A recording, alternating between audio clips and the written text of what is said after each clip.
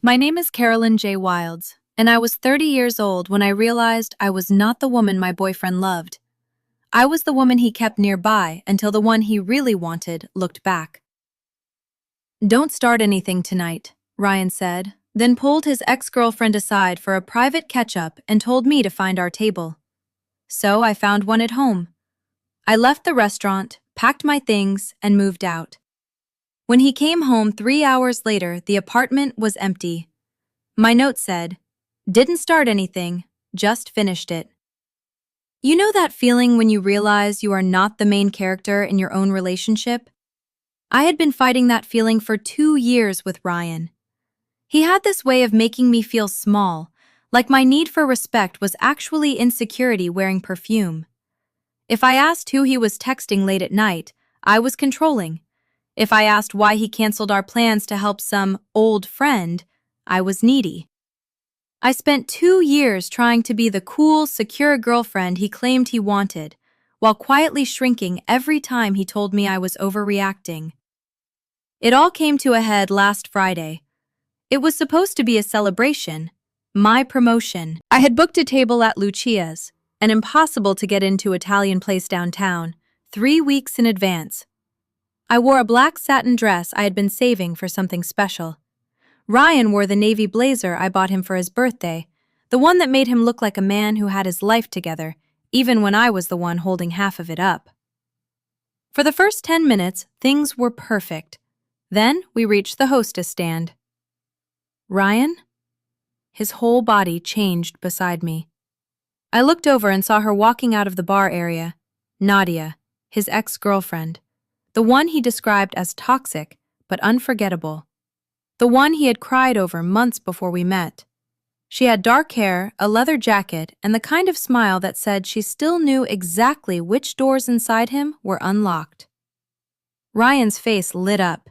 It was not polite surprise. It was brightness, warmth, the kind I had not seen directed at me in months. "Nadia," he breathed. "Oh my God." She looked him up and down slowly. "Still clean up nice," she said, then glanced at me like I was a purse he had set beside him. "And who's this?" I stepped forward, holding out my hand. "Carolyn, Ryan's girlfriend." Nadia did not take my hand. She only smiled at Ryan. "Girlfriend, right. Good for you. Safe choice." The disrespect landed so loudly it seemed to echo off the marble floor. I felt heat rise in my neck. "Excuse me?" Ryan moved fast. He put his hand flat against my chest, not tenderly, but to hold me back. "Carolyn, stop. Don't start anything tonight." "Start anything?" I stared at him.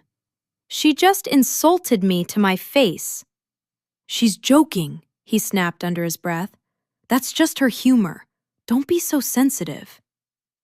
Then he looked back at Nadia, almost apologetic, like I was the embarrassing interruption. "I haven't seen her in 3 years," he said. "We need to clear the air. Closure." "Closure?" I repeated. "Ryan, we are here for my promotion." "It'll take 10 minutes," he said, already turning away. "Just find us a table or something. Order me a Pinot. Don't be weird about this." Then he took Nadia by the arm and guided her toward the patio doors. "Let's go outside. It's too loud in here."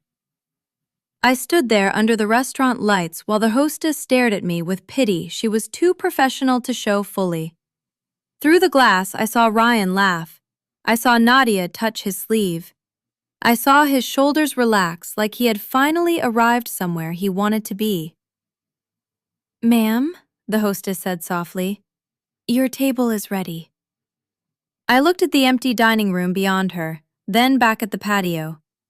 A strange calm moved through me, cold and clear. "No," I said. "I won't be needing it."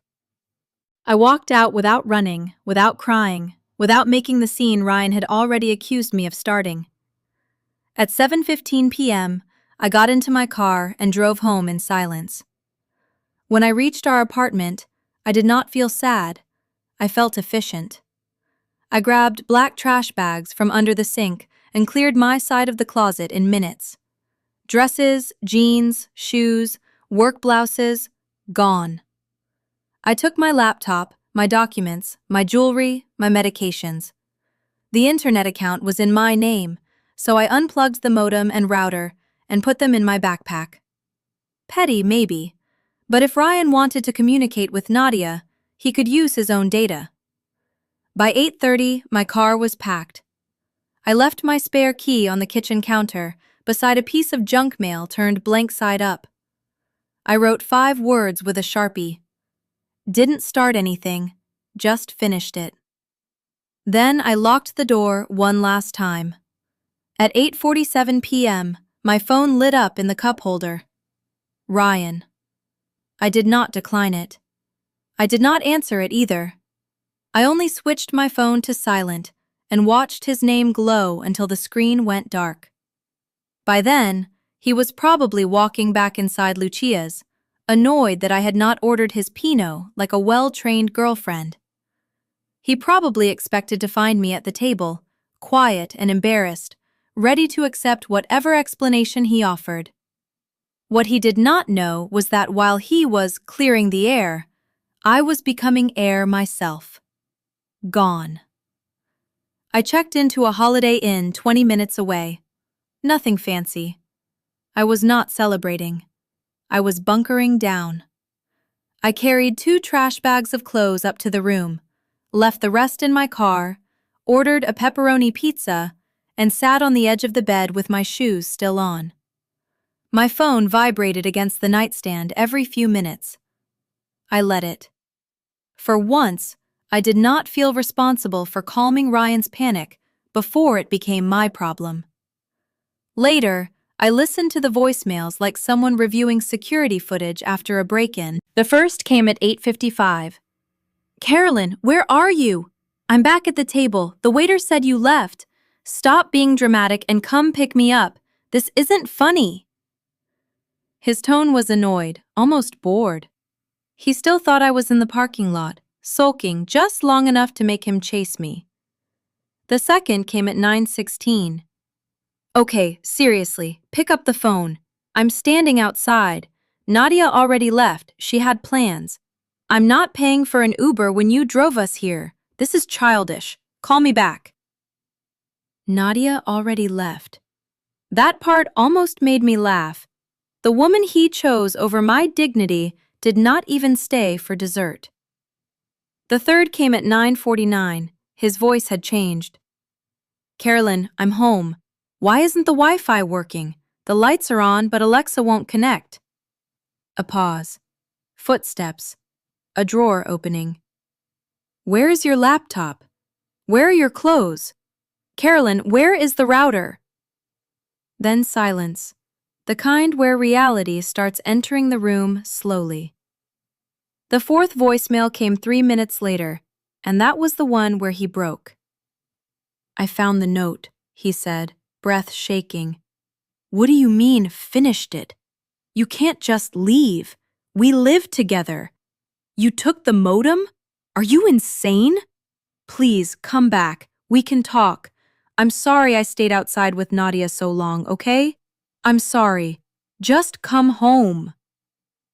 I was halfway through a slice of pizza when I listened to it. The cheese had gone cold. I expected pain, maybe guilt.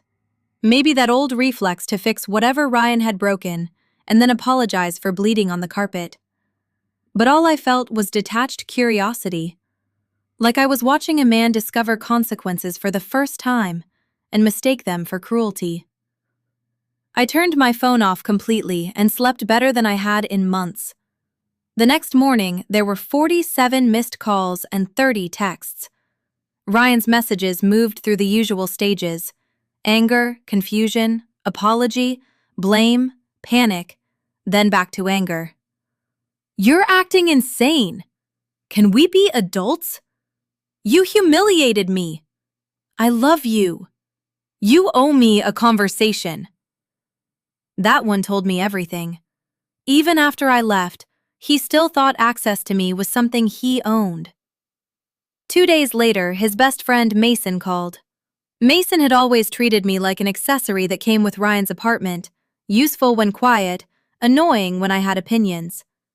I answered because I wanted to hear the official version. "You are unbelievable," Mason snapped. "Ryan is destroyed. You abandoned him over a 5-minute conversation with an old friend." "Nadia is not an old friend," I said. "She is his ex-girlfriend, and it was my promotion dinner." "You sound insecure." "No," I said calmly. "I sound finished." He scoffed. "He told you to grab a table. You threw a tantrum." "He told me not to start anything after his ex insulted me. Then he left me standing there while he took her outside. He prioritized her ego over my dignity. I did what he asked. I didn't start anything." Mason went quiet. I added, "Tell Ryan rent is paid through the end of the month. After that, he has 28 days to figure out how to pay for a 2-bedroom apartment on his own salary. Or maybe Nadia can move in." Then I hung up and blocked him. That evening, I emailed the landlord that I was vacating and would handle only the legal obligations in my name. No calls with Ryan. No emotional negotiations. No late-night conversations where he twisted me back into place. For 2 years, I had mistaken endurance for love. But love should not feel like waiting alone at a table while someone else gets chosen. The strangest part was how quickly the truth started arranging itself without my help. I had spent 2 years trying to explain to Ryan what respect looked like, trying to make him understand why certain things hurt, why "don't be sensitive" was not a substitute for an apology. But once I left, I did not have to explain anything. The apartment did it for me. The missing clothes, the bare vanity, the silent Wi-Fi, the empty space beside his side of the closet. All of it said what I had been too exhausted to keep saying. Ryan tried to turn Nadia into destiny almost immediately. I heard it through a mutual friend named Claire, who still worked with one of his old college roommates. Apparently, the night I left, after he realized I was gone, he texted Nadia. Not once, not twice, a lot. At first, he wrote like a man trying to act casual. "Crazy night. Hope you got home okay." Then, when she did not respond fast enough, the messages shifted. "Carolyn left. I guess seeing you shook things up. Maybe this happened for a reason." Nadia left him on red. For 3 days, he kept trying. He sent some dramatic message about old feelings and bad timing, the kind of thing men write when they mistake nostalgia for a personality. Nadia finally replied once, according to Claire. "Ryan, I was saying hi. Don't make this weird." Then she blocked him on Instagram. When I heard that, I did not feel triumph. Not exactly. It was more like watching someone burn down a house to chase a spark, only to realize the spark was a cigarette someone had already put out. Ryan had chosen a woman who did not even want the responsibility of being chosen. He had traded a home for an ego boost. Then came the money. I had always known I paid more, but distance made the numbers look brutal. 70% of the rent, groceries, internet, streaming services, half his car insurance when he forgot one month and it was about to lapse, random credit card payments because he would say, "I'm just tight until next Friday," and I would cover it because fighting felt harder than sending money. Ryan liked to call himself independent, but his independence had been living under my automatic payments. I kept communication limited to email, no phone calls, no "can we talk?" No soft entryways back into manipulation. I informed the landlord I was vacating and confirmed I would cover my contractual share through the end of the month. After that, Ryan would need to qualify a loan or make other arrangements. The landlord replied professionally, which felt almost luxurious after years of emotional chaos. Facts, dates, amounts, no guilt. 3 weeks later, an automated email came from the leasing office. Full rent had not been paid. That same night, Ryan emailed me. No subject line. I can't afford this place alone. You promised we were building a life. You promised to take care of me. How can you be this cruel? I read it twice, not because I was tempted, but because I wanted to remember the exact shape of his entitlement. He did not say, "I'm sorry I humiliated you." He did not say, "I see what I did." He said I had promised to take care of him, as if my love had been a subscription service he forgot could be canceled. I did not reply. By the end of the month, Ryan broke the lease. He lost the security deposit. The apartment that had once felt like a future became paperwork and unpaid balances. Last I heard, he moved back in with his parents. 30 years old, sleeping in his childhood room, surrounded by boxes of clothes and the kind of silence that follows a man when his safety net stops pretending to be love. My life, meanwhile, became quiet in ways I did not know life could be quiet. I found a small loft closer to the office. It had exposed brick, one stubborn window that whistled during rainstorms, and no memories of Ryan sitting on the couch while I apologized for wanting respect. I bought dishes I liked. I set up the Wi-Fi in my name again, this time just for me.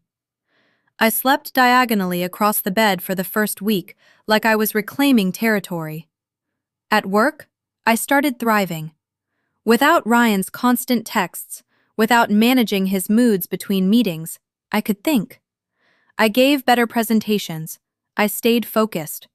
My promotion, the one he had turned into an afterthought, became the beginning of something bigger. My manager noticed. My team noticed. I noticed. 4 months passed without hearing his voice. I thought maybe that was the end. Then one Tuesday morning, at the coffee shop near my office, someone said my name. "Carolyn." I turned around, and there he was. Ryan stood in the coffee shop doorway like a man who had rehearsed looking broken. His hair was longer than I remembered, not stylishly, just neglected. He wore the same gray coat he used to throw over chairs at restaurants, but now it hung off him like someone else's life. For a second, I saw the man I had once loved. Then I saw the man who told me to find a table while he chased closure with Nadia, and the softness closed back up. "Carolyn," he said again, like saying my name gently might unlock something. "Ryan." My voice came out neutral, almost professional. The barista called my order, and I picked it up without looking away from him. "Can we talk?" he asked.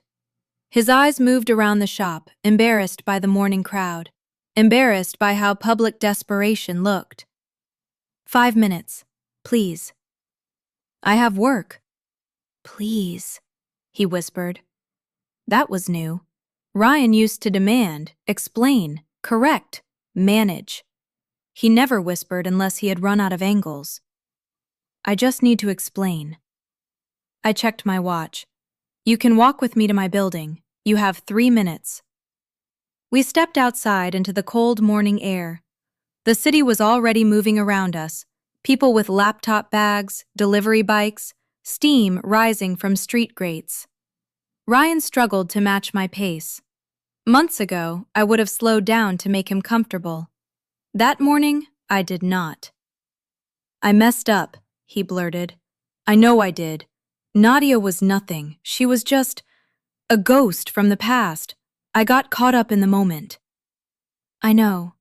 He looked startled by how calm I sounded.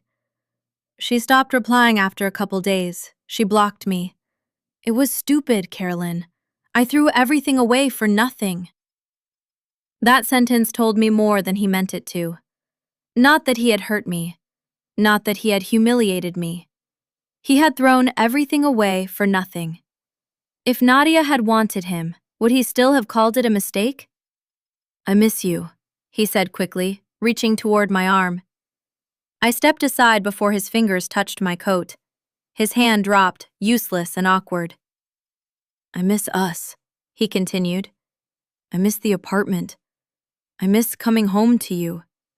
My parents are driving me insane. I'm sleeping in my old room. Everything feels wrong. You were my best friend. I stopped 1 block from my office and turned to face him. For the first time, I really looked at him without wanting anything from him. No apology, no explanation, no proof that I had mattered. And because I wanted nothing, he had no power. You don't miss me, Ryan, I said. You miss the apartment. You miss the bills being paid. You miss the Wi-Fi, the groceries, the clean towels, the woman who absorbed your moods so you never had to sit alone with them. You miss the placeholder. His face tightened. That's not fair. No. What wasn't fair was standing in a restaurant on the night of my promotion while your ex-girlfriend called me the safe choice and you defended her. What wasn't fair was you putting your hand on me like I was the problem. What wasn't fair was you telling me to go sit alone while you made her feel important. His eyes filled, and maybe the tears were real. Maybe the regret was real. But regret is not always love. Sometimes it is just panic after the safety net disappears. I loved you, he said. You managed me, I replied. You made me smaller every time I asked for respect, then acted shocked when there was nothing left to shrink. Can't we start over? His voice cracked. Just coffee, one dinner. Let me prove I can be better. I almost smiled, not because it was funny, but because even then, he thought my dignity was negotiable if he found the right tone. Start over, I repeated. He nodded, desperate. Please. I leaned in slightly, close enough for him to hear every word without me raising my voice. Ryan, you were the one who told me not to start anything. You wanted me quiet. You wanted me seated somewhere out of the way while you chose someone else's feelings over mine. Carolyn, I'm not starting anything, I said. I'm finished. Then I turned and walked toward the glass doors of my office building. I did not look back. I did not check if he followed, cried, or stood there in the cold, holding the ruins of the life he thought I would keep paying for. I swiped my badge, stepped into the elevator, and watched the lobby disappear as the doors closed. For 2 years, I had waited for Ryan to choose me without being asked. That morning, I finally chose myself without needing permission. I found my own table, and this time, no one could make me leave it.